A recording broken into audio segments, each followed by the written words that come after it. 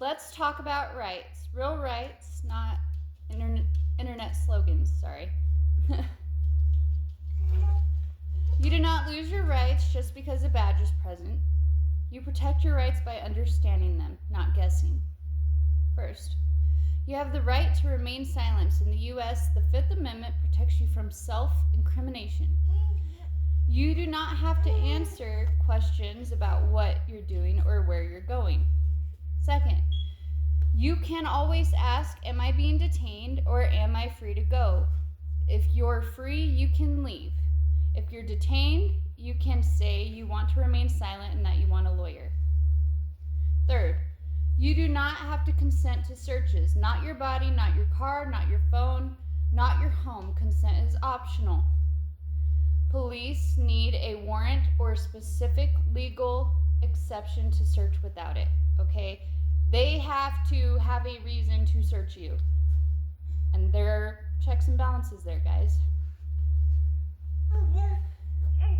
Fourth, you are not required to explain yourself or prove innocence. The burden of proof is on the state, not you. If they want to pull you over and they say, oh, well, you did this, you don't have to prove your innocence to them. Okay, you don't have to do that. You don't have to tell them, well, I was over here. No, don't even worry about it. You can plead the fifth. Have your lawyer explain it to them if you're uncomfortable. Let's see. You have the right to record public officials performing official duties in public spaces so long as you are not interfering with them. Okay? So if you're in a public space dealing with public officials behaving out in public, you can record. As long as you're not interfering with them, okay? You can't interfere with them. You can get in trouble for that. Now let's talk about identification, because this is where the confusion gets people into real trouble. In most states, you're not automatically required to carry ID just for walking down the street. However, in a lawful detention, things change. In Arizona, if an officer has reasonable suspicion that you've committed, are committing, or are about to commit a crime, and has lawfully detained you, you must state your true full name when requested. You cannot be compelled to answer other questions. That reasonable suspicion isn't just a feeling. It must be based on specific, articulable, I can't pronounce anything today, sorry, facts.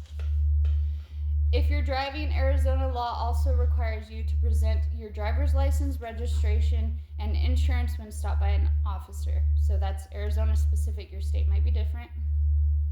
Saying nothing beyond your name is not illegal. It's you knowing where the line is. Now let's talk about firearms, because people are rightly concerned about safety and rights. Americans have a constitutional right to own and carry firearms. In Arizona, lawful adults who are not prohibited possessors may open carry or concealed carry without a permit. That's often referred to as constitutional carry. If a police officer asks whether you have a firearm on you or in your vehicle in Arizona, you are required to answer truthfully.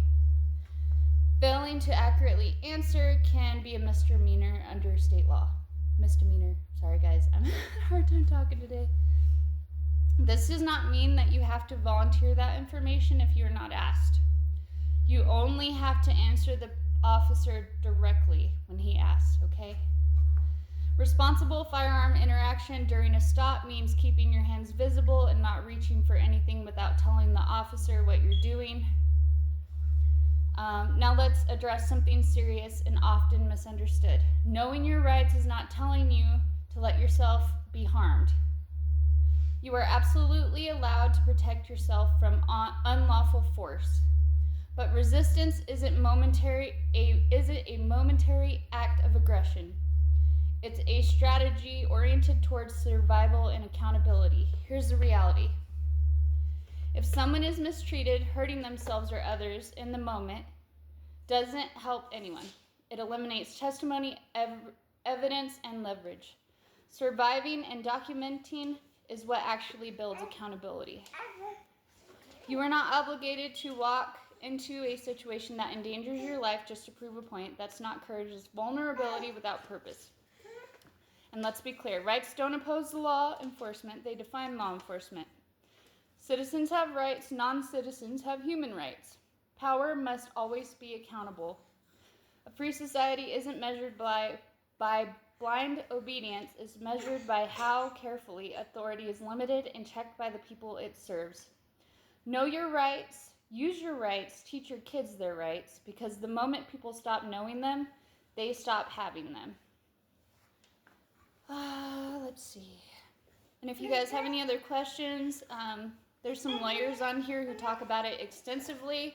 Hit one of them up. I'm not a lawyer, I'm just a concerned citizen.